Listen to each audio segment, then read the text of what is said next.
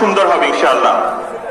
তো হাজিরিন, আপনাদের প্রতি আমার আকুল আবেদন যে আপনারা সিরাতের বাংলা অনুবাদ অনেক কিতাব থাকে, সেগুলো পড়বেন, পড়ার মাধ্যমে আপনারা নিজেদের জীবনে রাসূলের জীবন থেকে শিক্ষা নিয়ে সেভাবে চলার চেষ্টা করবেন ইনশাআল্লাহ। হাজিরিন, আল্লাহ তাআলা রাসূল ফাতেমা রাদিয়াল্লাহু তাআলা আনহার বাসায় গেলেন।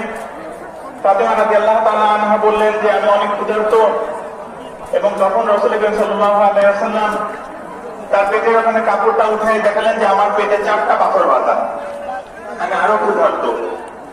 তো তিনি ওই অবস্থায় পাশে গেলেন, দেখলেন যে একজন ইহুদি কুয়া থেকে পানি তুলছে। পানি তোলার ওই অবস্থা থেকে ওনার কাছে দিয়ে বললেন যে আপনার কাছে কি কোনো কাজ আছে, আপনি কি বিনিময় কাজ দিতে পারেন, যেটা আমি করে দিব। তো সেই ইহুদি তখন বললো যে আপনি পানি তুলে দিতে পারেন, এক বালতি পানি তুলে দেওয়ার বিনিময়ে আমি আপনাকে 3 টাকা করে তুলে দিব। তো রাসূল সাল্লাল্লাহু আলাইহি ওয়াসাল্লাম ওখানে পানি তুলে দিলেন। এক বালতি পানি তোলার পরে ওখানে 3টা খেজুর দিলেন। 3টা খেজুর তিনি পরিতৃপ্ত সহকারে খেলেন এবং কিন্তু পানি পান করলেন। তারপরে আরো 7 বালতি পানি তুলে দিলেন। এই 7 বালতি পানি তুলে দেওয়ার পরে তখন ওই বালতিটা ছিঁড়ে কুয়ার মধ্যে পড়ে যায়।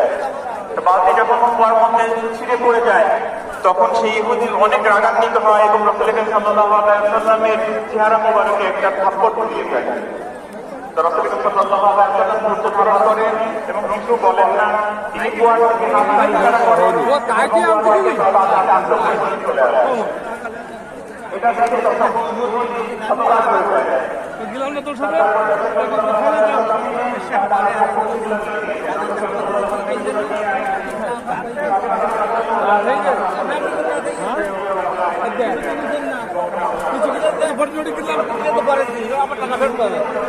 হ্যাঁ ছোট